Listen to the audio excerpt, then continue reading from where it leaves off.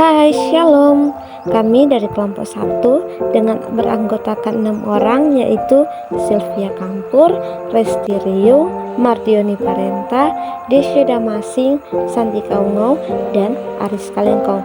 Nah, pada kali ini kami akan membahas tentang seputaran masalah atau potensi penelitian dalam mata kuliah metodologi penelitian kualitatif.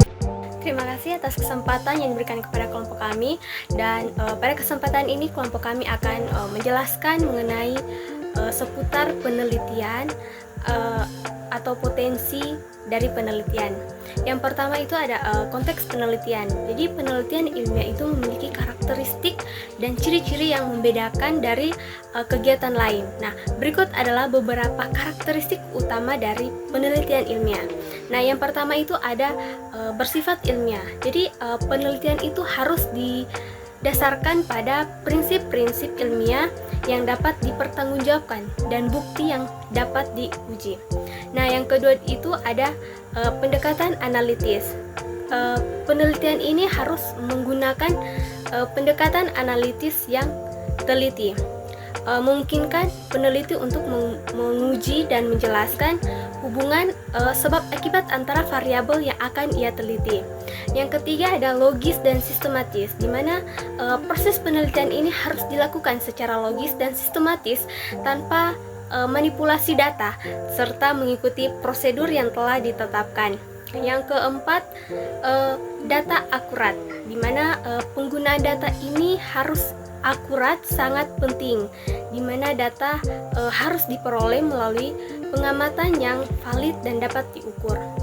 Yang berikut, yang kelima ada objektivitas, di mana penelitian itu harus bersifat objektif, menghindari bias dan subjektivitas dalam pengumpulan dan analisis data. Nah, yang terakhir atau yang keenam itu dapat direplikasi. Hasil penelitian itu harus dapat direplikasi oleh penelitian lain untuk memastikan kendala temuan tersebut. Oke, baiklah teman-teman, kita masuk pada latar belakang penelitian. Jadi latar belakang penelitian adalah bagian awal dalam sebuah karya ilmiah yang menjelaskan tentang konteks, alasan, dan urgensi dilakukannya penelitian tersebut. Bagian ini berfungsi untuk memberikan pemahaman komprehensif tentang mengapa suatu topik perlu diteliti. Latar belakang penelitian yang baik menjanjikan argumen logis dan meyakinkan tentang mengapa penelitian tersebut perlu dilakukan, serta menunjukkan bahwa penelitian memiliki pemahaman mendalam tentang topik yang akan diteliti. Jadi, bagian ini juga membantu pembaca memahami konteks dan relevansi penelitian sebelum membaca bagian-bagian selanjutnya. Terima kasih, dan materi selanjutnya dilanjutkan. Kita masuk dalam fokus penelitian. Nah, fokus penelitian ini merupakan garis besar dari pengamatan penelitian, sehingga observasi dan analisis hasil penelitian itu lebih terarah. Oleh sebab itu, digunakanlah indikator-indikator agar tidak terjadi pembahasan yang terlalu luas dan pada akhirnya tidak sesuai dengan apa yang menjadi judul penelitian. Fokus penelitian biasanya dirumuskan dalam bentuk pertanyaan penelitian yang akan dijawab melalui proses penelitian. Dengan menetapkan fokus penelitian yang tepat, peneliti dapat menghindari pembahasan yang terlalu luas atau menyimpang dari tujuan utama penelitian. Kita masuk dalam materi yang berikut, yaitu rumusan masalah atau pertanyaan penelitian yang merupakan inti dari sebuah penelitian. Nah, ini merupakan pernyataan yang jelas, ringkas, dan spesifik mengenai isu-isu, fenomena, atau permasalahan yang ingin diinvestigasi atau dijawab melalui sebuah penelitian. Nah, rumusan masalah ini biasanya dinyatakan dalam bentuk pernyataan deklaratif yang mengidentifikasi kesenjangan, kebingungan, atau kebutuhan akan pemahaman lebih lanjut mengenai suatu topik. Nah, contoh rendahnya motivasi belajar siswa kelas 7 pada mata pelajaran IPA. Nah, pertanyaan penelitian ini dinyatakan dalam bentuk kalimat tanya yang secara langsung menanyakan tentang isu atau fenomena yang diteliti dalam penelitian ini. Nah, contohnya bagaimana pengaruh penggunaan media pembelajaran interaktif terhadap motivasi belajar siswa kelas 7 pada mata pelajaran IPA. Nah, kita masuk pada tujuan penelitian. Dalam beberapa penelitian di mana permasalahannya sangat sederhana terlihat bahwa tujuan sepertinya merupakan pengulangan dari rumusan masalah.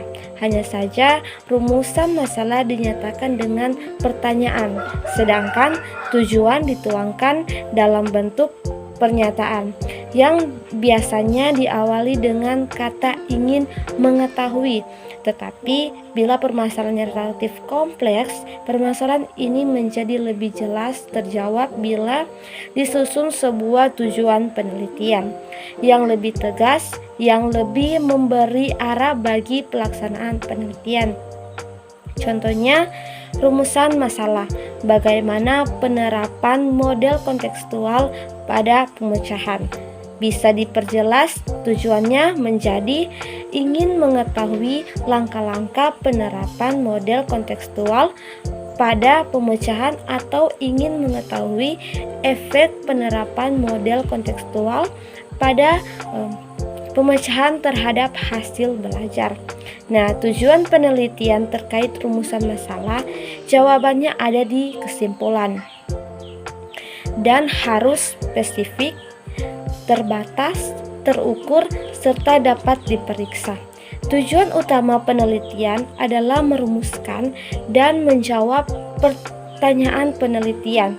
Dapat bercabang, namun perlu dibatasi karena keterbatasan kemampuan peneliti. Pembatasan ini menghasilkan bermacam tujuan penelitian, yaitu yang pertama, eksplorasi, bertujuan untuk memahami fenomena baru, menguji kelayakan penelitian lebih lanjut, atau mengembangkan metode yang lebih relevan untuk penelitian mendalam.